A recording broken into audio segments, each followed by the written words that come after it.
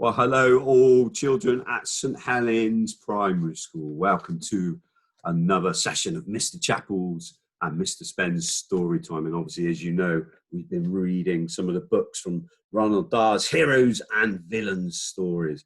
And on Friday, Mr. Spens finished the story of the enormous crocodile. So this week, we're going to be reading a lovely, lovely story of the Giraffe and the Pelly and Me. So hopefully you can just see that there. So the Giraffe and the Pelly and Me. So sit back, relax, and listen to our lovely story. You can just see a very special shop just there, which you're going to find out, a very special house that we're going to find out a lot more about as we go through the story. So here we go. Not far from where I live, there is a queer old empty wooden house standing all by itself on the side of the road. I long to explore inside it, but the door is always locked. And when I peer through a window, all I can see is darkness and dust. I know the ground floor used to once to be a shop because I can still read the faded lettering across the front, which says the Grubber. So if you have a look very closely just there, you can see it's called a Grubber. My mother has told me that in our part of the country, in the olden days, a Grubber was another name for a sweet shop. And now every time I look at it, I think to myself, what a lovely old sweet shop it must have been. I wonder what your favourite sweets are. I always like Haribo, they're very nice. I wonder if they did Haribo in this shop. On the shop window itself, somebody has painted in white the words "for sale." One morning, I noticed that "for sale" had been scraped off the window, and in its place, someone had painted "sold." I stood there staring at the new writing and wishing like mad that it had been me who had bought it, because then I would have been able to make it into the Grubber all over again. I have always longed and longed to own a sweet shop. The sweet shop of my dreams would be loaded from top to bottom with sherbet suckers, caramel fudge, and Russian toffee, and sugar snorters, and butter gumballs, and thousands of other glorious things like that. Oh boy, what I couldn't have done with that old Grubber shop if it had been mine. On my next visit to the Grubber, I was standing across the road, gazing at the wonderful old building, when suddenly an enormous bathtub came sailing out through one of the second floor windows and crashed right into the middle of the road. So hopefully you can see that. So it's crashed right from the middle of the road. So it's the bathtub on top, nearly about to hit me.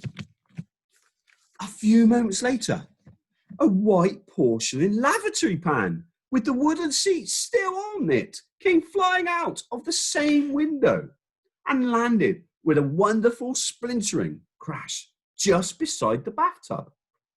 This was followed by a kitchen sink and an empty canary cage and a 4-poster bed and 2 hot water bottles, a rocking horse, a sewing machine, and goodness knows what else besides. It looked like as though some madman was ripping out the whole of the inside of the house, because now pieces of staircase and bits of banisters and a whole lot of the floorboards came whistling through the windows. Then there was silence. I waited and waited, but not another sound came from within the building. I crossed the road and stood right under the window and called out, "Is anybody out there?" There was no answer. In the end, it began to get so dark, I had to turn away and start walking home. But you can bet your life nothing was going to stop me from hurrying back there again tomorrow morning to see what next surprise was going to be. When I got back to the Grubber house the next morning, the first thing I noticed was a new door. The dirty old brown door had been taken out, and in its place was a lovely, lovely red door, a brand new red door. The new door was fantastic. It was twice as high as the other one had been, and it looked ridiculous. I couldn't begin to imagine who would want a tremendous tall door like that in a house, unless it was a giant. As well as this, somebody had scraped away the sold notice on the shop window, and now there was a whole lot of different writing all over the glass. I stood there reading it and trying to figure out what on earth it meant. The Ladderless Window Cleaning Company.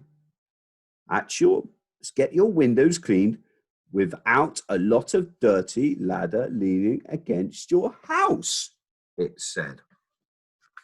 I tried to catch up some sign or some sound of movement inside the house, but there was none.